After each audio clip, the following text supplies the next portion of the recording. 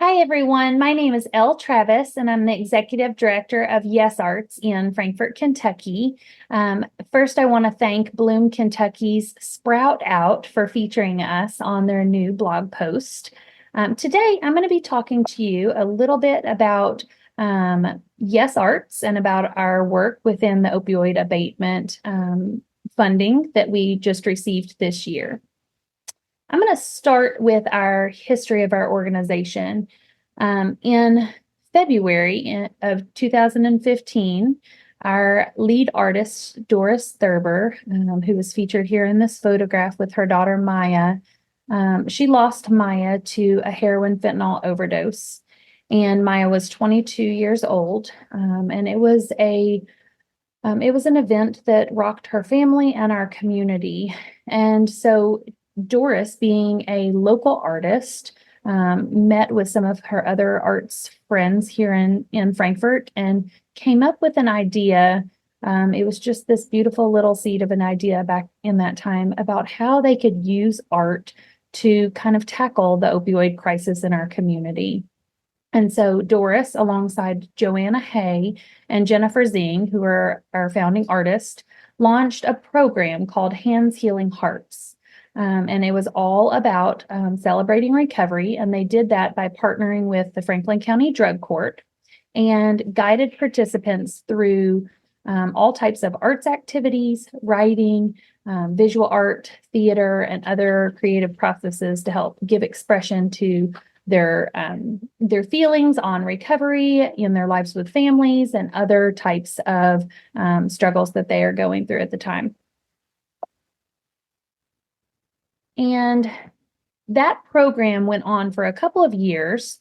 It was just, like I said, this small, beautiful seed of an idea that was beautifully funded by some local supporters. And it was around 2017, late 2017, early 2018, that it was recognized that we really needed to become a 501c3 organization. And we did become a 501c3 organization under the name Hands Healing Hearts. But soon after that, in 2019, we started doing business as Yes Arts.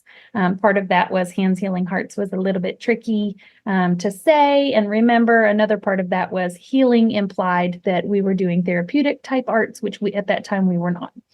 So we morphed over to Yes Arts, and the entire emphasis on that was giving people in early recovery something to say yes to, other than substance use.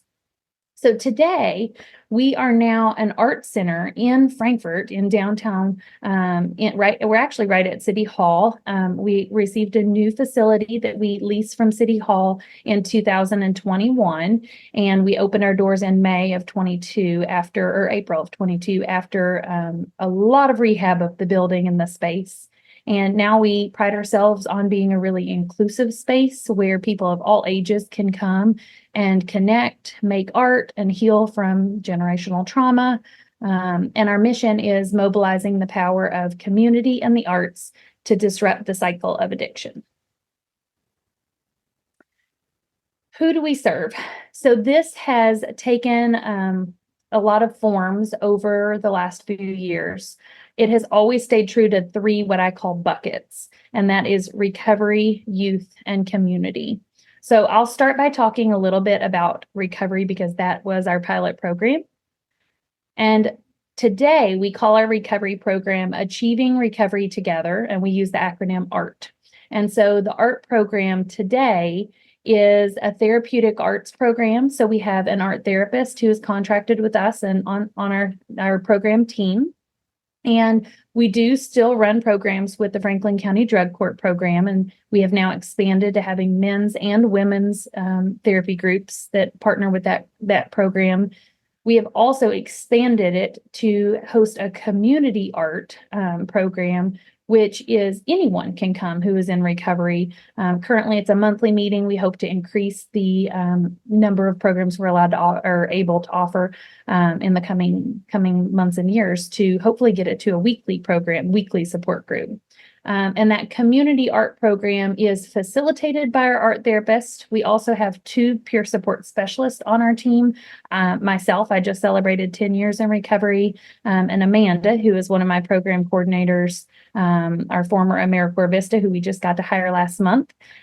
Special thanks to the opioid abatement funds for helping make that happen. And Amanda and I serve as peer support specialists in all of our art programming. And so there to really help our participants along, whether it be drug court or whether it be our community friends. We do also have hope to have some other partnerships that come out of the art program, such as partnering with our local shelters and other agencies who work with the same clientele base. And so this just shows a little bit about the progression of our art program, where it started in 2016 with Doris and those beautiful, amazing founding artists. It started as art classes led by local artists. And then in 2020, I had actually come on to the team in 2019 to work and start establishing a youth program, or help establish and build out the youth program. And at that time, we ran into the pandemic. And so Doris asked me, and some of the partners of the team asked me if I would be interested in leading virtual art classes. And so I did take that on to lead the drug court group by Zoom. And so we would pack up kits of art supplies, everything that any participant would need, all the way down to the paper clip, and they would pick it up from their therapy office and take it home, and we would all log on and do weekly classes that way. And it was a shift because instead of just being led by an artist, it was also with an artist who had lived experience in recovery, since of course I was had about, I guess, 7 years around that time. And then in 2023, so last year, we made another shift to where all of our art programs are led with an art therapist and, of course, those two peer support. So it's a therapeutic program with peer support involved. And instead of, they are still learning skills, they're still learning different types of art forms. The art is the tool, but we're doing a lot of prompts and a lot of inner work. So it's not just the art that they're getting out of the program. Okay, let's talk about Yes Arts Youth. I will start by saying that the youth program formed in and around 2018-19 as we were becoming a 501c3. And part of what shifted us into the name Yes Arts was we started Yes Arts as our youth program under Hands Healing Hearts. It was a take on the Say No to Drugs campaign and kind of a Say Yes to Art model. And we wanted to give children something good to say yes to instead of choosing to, use drugs and substances in their out of school time and otherwise. Back in that time, our executive director, Amelia Berry, who is a phenomenal person and just amazing person. She is now, since I've been in the ED, she left and went to the health department, our Franklin County Health Department, where she now leads a program that started at Yes Arts in partnership with our health department and in partnership with our Franklin County Agencies for Substance Abuse Policy, or ASAP. And kind of that triangle, Yes Arts and the health department and ASAP, started this coalition called Just Say Yes. You may have heard of it. It's kind of a big deal in Kentucky. It is modeled after the Icelandic model, which is a model, a framework and a model where in Iceland in the 80s, they had some of the highest substance abuse rates in their young people, and they put these prevention pieces into place to offset that. And now they have had extreme success over the years, and it's starting to be duplicated in other places. And Kentucky and Frankfort was one of those places. And so Amelia did, once that program got up and running, took the pieces of prevention programming that she was doing through the Icelandic model called Just Say Yes and moved it to the health department, where it has received CDC funding and a lot of other things. And so the work that Just Say Yes does, and people get a lot of confusion about Yes Arts and Just Say Yes, and there's a lot of yeses in there. But the work that she's doing revolves around parent engagement, a stipend card to pay for provider services like Yes Arts and Broadway Clay and other types of sports and dance classes, martial arts, and that stipend card is called the Yes Card. They also host parent and youth cafes, and they do provider training. So what Just Say Yes is doing is very different than what Yes Arts is doing, but we like to think that Yes Arts is a model provider for the Just Say Yes program. We want others to kind of take the approach that we have taken here. And so I'll tell you a little bit about that. So our YAY program, which stands for Yes Arts Youth, and that's what we call our acronym for our youth program, is a robust youth prevention program. And it is all based around protective factors that offset ACEs, or adverse childhood experiences. And so all of our programs are data driven and evidence based, and we try and create that safe, inclusive space we always talk about. And one of the pieces is we're really trying to enhance mentorships, so connecting kids to adults, and even some youth mentors who are going to be kind of steady fixtures in their lives for kiddos who might not have that in their home life. Creating a space where they can build lasting friendships, and also that quality arts instruction piece as well. And all of those things combined are to reduce that risk of them falling into addiction. So these aren't all children who have ever even thought about drugs necessarily. We have toddlers who come to us, but all of the programs that we build out are to mitigate any harm that could come, or that is part of generational trauma in their family. The way that our approach works is we always have 2 adult program leaders trained, background checked, on site at every program. We also hire and train youth mentors on the same topics. Those are high school students, so 9th through 12th graders. And they're all trained on, this is a short list of it, but trauma-informed care, implicit bias, neurodiversity, child abuse prevention, ACEs, risk and protective factors. We also have in our kind of starting lineup as suicide prevention or QPR training, mental health first aid, and a whole slew of other trainings that we offer here. We love training at Yes Arts, and we think that it builds out a program that is going to be it's going to create a safer and better environment for everyone involved. So, like I mentioned, all of our programs are evidence-based and data-driven, and we work within all stages of the cycle of addiction. So that looks like universal primary prevention all the way through our recovery programs. And so we have young children who come to us, and as I said, we're not talking about drugs. We're not learning about anything about, saying no to drugs. That's not the model of our program. Our program is all about making beaded bracelets and doing farmers market across the street at Second Street School with Miss Leah, and playing on the playground and reading books with Mr. Isaac. And so it's all about those friendships and those relationships with our mentors. Just a few more images here. And I will say, sort of here towards the top, there are 2 young ladies who are carrying serving trays.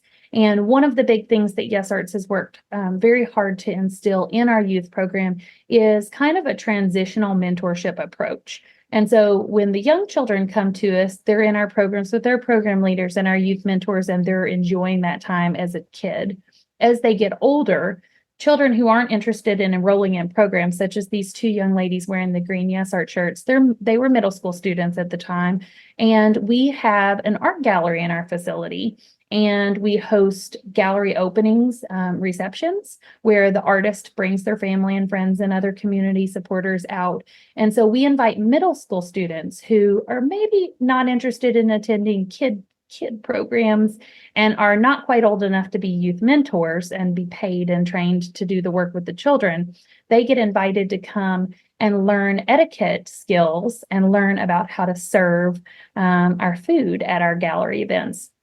We have a fabulous youth coordinator, events coordinator, who works with our youth named Steve, and Mr. Steve teaches them different manners lessons and etiquette things so that they'll be really well versed as they're walking around our events. So it's kind of like when they're young children, they're attending programs. As they get a little bit older, they can start volunteering with our etiquette program and our events team.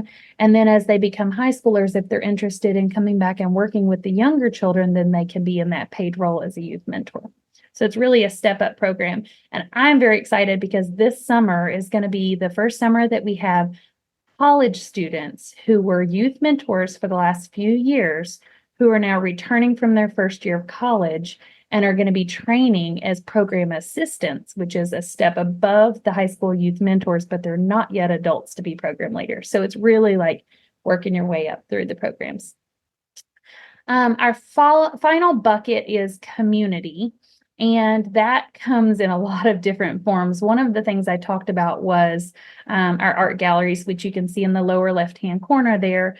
And that is, it is special and important to Yes Arts. A lot of people are like, you work with people in recovery and children, and what does, a gallery have to do with that? And we are absolutely not a commercial gallery. We're not here and existing and working really, really hard to sell artwork. But the sales of the gallery do come back, the proceeds come back to programming. But we have an artist roster of over 75 local artists who aren't all visual artists, some culinary arts and musicians. And we like to feature our local artists and be able to not just engage them in teaching the art, but also to be able to showcase their own art. And I think it's really important. When I had, conversations early on when we were looking at our facilities, I knew I wanted natural light and a space to have galleries, because I think it's really important for children, especially some of our at-risk children, to be able to experience an art gallery. That might be something that someone might not have had an experience, or even our people in our recovery programs. And so every day our program rooms are our classrooms and they're galleries. And so one day we bring out, we've got all kinds of craft supplies out, and then it gets cleaned up, and then it turns into this beautiful gallery setting. So it's a very important piece of our program. Another piece of it is the Black Women Artists of Frankfort Network. And that is a network that was started around the start of the pandemic. We received a Kentucky Foundation for Women Bridging Divides grant that allowed us to kind of create a network of Black women artists in Frankfort and Franklin County who could come together, discuss, what they have to offer in our community as far as arts. Again, lots of different varying types, from spoken word to visual arts, a lot of different types of art forms. And it was about a dozen women, I believe, give or take, and they did professional development, and it was really just holding space for them to be together. They also offer classes to Kentucky State University, to some of our women's sororities, and things of that nature. And then we also do outreach, which you can see in the top right-hand corner. Those are some of our youth mentors who are now college students coming back this year. But we do outreach at all kinds of festivals and activities and community events around town. And so the kids and families get to know us as the face paint and sensory tub people, because we come out and we bring big baby pools full of stuff to dig around in, and we offer some pretty epic face paint. And so we train all of our youth program team on how we do outreach, and then they facilitate those events, which is kind of our way to give back to our community and also get people to understand what we're doing in our youth program. Now, before I talk about strategy, I'm going to back up a little bit. I want to tell you a little bit about our youth programs. And I know I talked about the approach, but I want to tell you in reality what that looks like for us. So Yes Arts partners with tons of organizations, not just in the drug court program, in our art recovery program, but also in our youth program. And so we offer some programs, some YAY programs that are just open to anyone in the community, and any child can come if they're the appropriate age for that program. So down here in the bottom right-hand corner, you see these young children playing instruments. That's part of our YAY Play, which is a toddler play learn group. So that is a caregiver and a young child, birth through preschool age, and they come and we do story time and snack share, and we play instruments, and we do art projects, process art. And it's just a way for some of our toddlers who we know are greatly affected. This wave of children are greatly affected by being what I like to term pandemic babies. Lots of kiddos that we're seeing that have less socialization skills and things that are going to prepare them for kindergarten. And so having that YAY Play is an important and vital part of Yes Arts kind of transitional programming, starting with a very young age. We also have summer camps, which is some of what you see here in the top right, and a few of these photos. And those are usually themed. We're offering 3 summer camps this summer. and they actually enrolled and booked in 8 minutes this year. We included a third week because we filled so quick and we felt bad we couldn't facilitate enough to meet the needs of our community. So our hope is to continue growing that. But every year we have a theme for each week of camp, and then we develop different arts experiences as well as field trips and other things around that program. And of course, we just build that entire program out with tons of program leaders, adults, youth mentors, and lots of friends. And that's where a lot of that relationship building happens. In addition to that, we have, I don't know if I've got a photo of it here, but we have a program in partnership with our local schools. One specific group that is really, really near and dear to our heart is with our local alternative middle and high school, the Academy. And so those middle and high school students actually come to Yes Arts during their school day 3 times a week and receive their arts credit through Yes Arts arts class. And so that's a really special program. And the students in that program are what we would identify as kind of at-risk students. They either have mental health struggles or are coming from a background, maybe with trauma. A lot of the kiddos in that program are impacted by incarceration in their family and things of that nature. Another school partnership that we have is our Gifted and Talented program. And so we have students from 4th and 5th graders in all the elementary schools in the county school district who come for monthly art sessions to kind of expand their knowledge and get a little bit more than what they would get in their typical art class.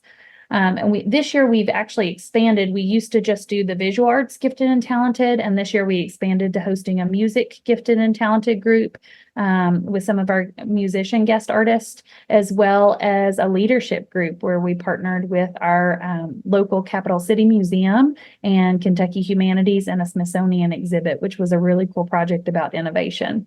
So lots of partnerships going on with the schools. We do field trips, so school classes can book and come down to Yes Arts and have a field trip experience. We partner with our local organizations like Wanda Joyce Robinson Foundation, which is another nonprofit with about the same length in time that they've been in, operating around 2018. And they work with children who have incarcerated parents. And so we provide arts experiences for their kids. We scholarship them to our summer camps and integrate them in any way we can. Not to get too in detail, but this is a really cool thing that happened last year. As part of our recovery program, we received a grant from the Department of Justice. It was a micro grant in order to partner with Frankfort Police Department and the drug court program to bring people in recovery together with police officers in our community to try and strengthen and build relationships between those two populations. And we did that through murals that are now on the side of our building. Because the Department of Justice loved our program so much, we received a second Department of Justice microgrant, and this year it was to work with children impacted by incarceration and the officers from Frankfort Police Department. And so that partnership was with Wanda Joyce. And so the kids have been painting a mural with the officers and doing field trips and things like that. So that has been really, really cool program that's taken place. So I'm going to get back here to a little bit of strategy about how we went about applying for the opioid abatement funding, what that looked like for us in Frankfort and Franklin County, and specifically Yes Arts. So last year, in the early part of the year, it was probably more than 8 organizations, but our ASAP, which is our Substance Agency for Substance Abuse Policy, has gobs of partners. We have, I think, 78 people who regularly attend our meetings. And I love Frankfort and I love our ASAP because it is such a blessing to have all of those different providers and all of the community partners at the table once a month together in those ASAP meetings. And from that group, we decided there were a lot of us who were looking at applying, and we were like, why would we all go ask for all this different money and none of it, there's lots of duplication in services and stuff if we do it that way. And so we were like, we will have a strategic planner come and we will create this alliance amongst some of the partners who want to apply. And we will define what we're all wanting to do with our money and how can if I get my money for my art therapist and program stuff at Yes Arts, how can it help the shelter? How can it help, the other partners, Wanda Joyce and others who were in that group? And so we really came together and we created what we have called ourselves as the Franklin County Opioid Abatement Alliance. And we did all that strategic planning, and we kind of made we created a community plan. And then we all wrote narrative that was shared narrative. So each of us wrote our own applications, and we kind of created measurable goals and outcomes for our community after identifying some of those gaps and problems. We shared data and analyzed data across our community and with each of our organizations to help kind of reduce barriers to care. And then we used that shared narrative when we each applied. I don't have the shared narrative, but I do have a little bit of information about what we kind of included in our application. One important piece of it was an ecosystem of care graphic, which we created during that planning process. And these are the partners here. You see Yes Arts. You can see Just Say Yes in the health department down here. ASAP was a partner. Simon House, which is one of our shelters. Wanda Joyce working with incarcerated children. The Farmers Market and Food Access. Common Health Recovery, and the Franklin County Women and Family Shelter, which is a recovery and transitional housing program. And so we kind of created this, I guess, a pie chart, so to speak, which was which areas of care are we offering. So if you look at Yes Arts, all of our pie pieces are filled. So we go from universal all the way through recovery. And not all organizations have that same effect, of course, but look at how many of us are addressing all stages of the cycle of addiction. So this was a visual that we used, and we actually included that in our application so that the opioid abatement folks could see that by funding all of us, we're blanketing the community in this care. Another thing that I talked about was that shared narrative, and a lot of that we co-wrote that. We used all of those different data points, and we all formed it up and then used the exact same narrative. Of course, we wrote our own piece when it came to the part where we were talking about how we were going to use the money, but there was a place in the application process where we were able to interject that shared narrative. We do have a partner MOU.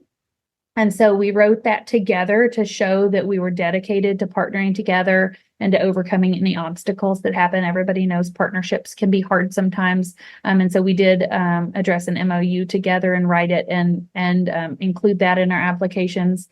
We each included cohesive letters of support. So instead of all of us going and getting the same letters of support, we took, like, if my strongest partners were the school systems and, Wanda Joyce or whoever, I got my letters from them, but someone else did not get those same letters, so that we had lots of different letters of support. One of the letters of support was from a joint resolution from our city and county government. And so our judge executive and our mayor signed this resolution of support for our alliance and for our ASAP board. And then we also created an alliance budget, which showcased how much each of our organizations were asked for, and if funded, what all we could do with that money. And so I'll show you that one. That was our opioid abatement budget. And as you can see, it identifies, here's Yes Arts piece. We had asked for 300,000. We did not receive that full amount. We received 200,000 towards personnel in our piece. And so you can just see what all we were asking for. And we did not get all of that, and not all partners were funded, but it was a good way to visualize and picture what we could do in our community. And then the last piece of it was a press release and photo of the partners, which we then sent to our local state journal. And we shared it on all our social medias just to talk about the alliance and about the partnerships and about all the good work that we can do with these dollars that are funneling into our community and how we can best meet the needs of our community with those dollars. I will tell you a little bit about our goals and outcomes. Again, we wrote these together as a community, but then we took the goals and outcomes that we wrote, and then we each brought forth outcomes that were specific to us. And so these were a few of those. I'm not going to go through all of those, but if you'd ever like those, you're welcome to reach out to me. And then these are my key takeaways. And, I think grants, I get really excited by grants and by funding opportunities because I think it's a great way for your organization to showcase how you're making the impact. But you've got to be sure you paint that clear picture of the work. I think that so many times we write grants and we're hopeful, but if you aren't using that narrative and using imagery and using all of the tools in your tool chest to paint that picture, people who are reading your application don't know how great your organization is. So you have to show it to them. And so paint that clear picture is the first thing. And you can see that we did that through all of those different tools. Be creative in your approach, but ensure your programs are backed by data and show evidence of success. And so nobody wants to hear another application that's saying the same program model or the same thing that somebody's doing in your town already. They want to see creativity in the approach and new things that they can get behind, but they don't want things to be so new that they don't know if they're going to work or not, because people don't want to take a gander on putting their money on things if they aren't sure that it's going to be successful. Another piece would be partnering. It's really, really important to partner. We love partnerships at Yes Arts and across our community because we have found that partnering together creates a stronger net of support for our community and greater impact. It would be silly if we have an art therapist offering, youth and recovery programs and another organization had the exact same thing. Whereas if we blanket the community, Yes Arts does this and Wanda Joyce does that, and ASAP does this, and we all work together, we're all using the funding as wisely as possible. And then assessing your gaps is really, really important. And especially with funders, they want to know that you're making the impact in the right place. So prevention work is especially difficult for us because because prevention, so much of the funding that has come through in the state of Kentucky in the past was recovery and treatment. It was like, let's put a Band-Aid on the people who are already in addiction. Let's help them heal. But we weren't looking upstream to think, how can we stop it from happening to where we aren't having to address this down the road? And so treatment is an easier thing for people to wrap their heads around because you're helping people. Whereas you're funding prevention, you're funding young children and toddlers coming to a play-learn group.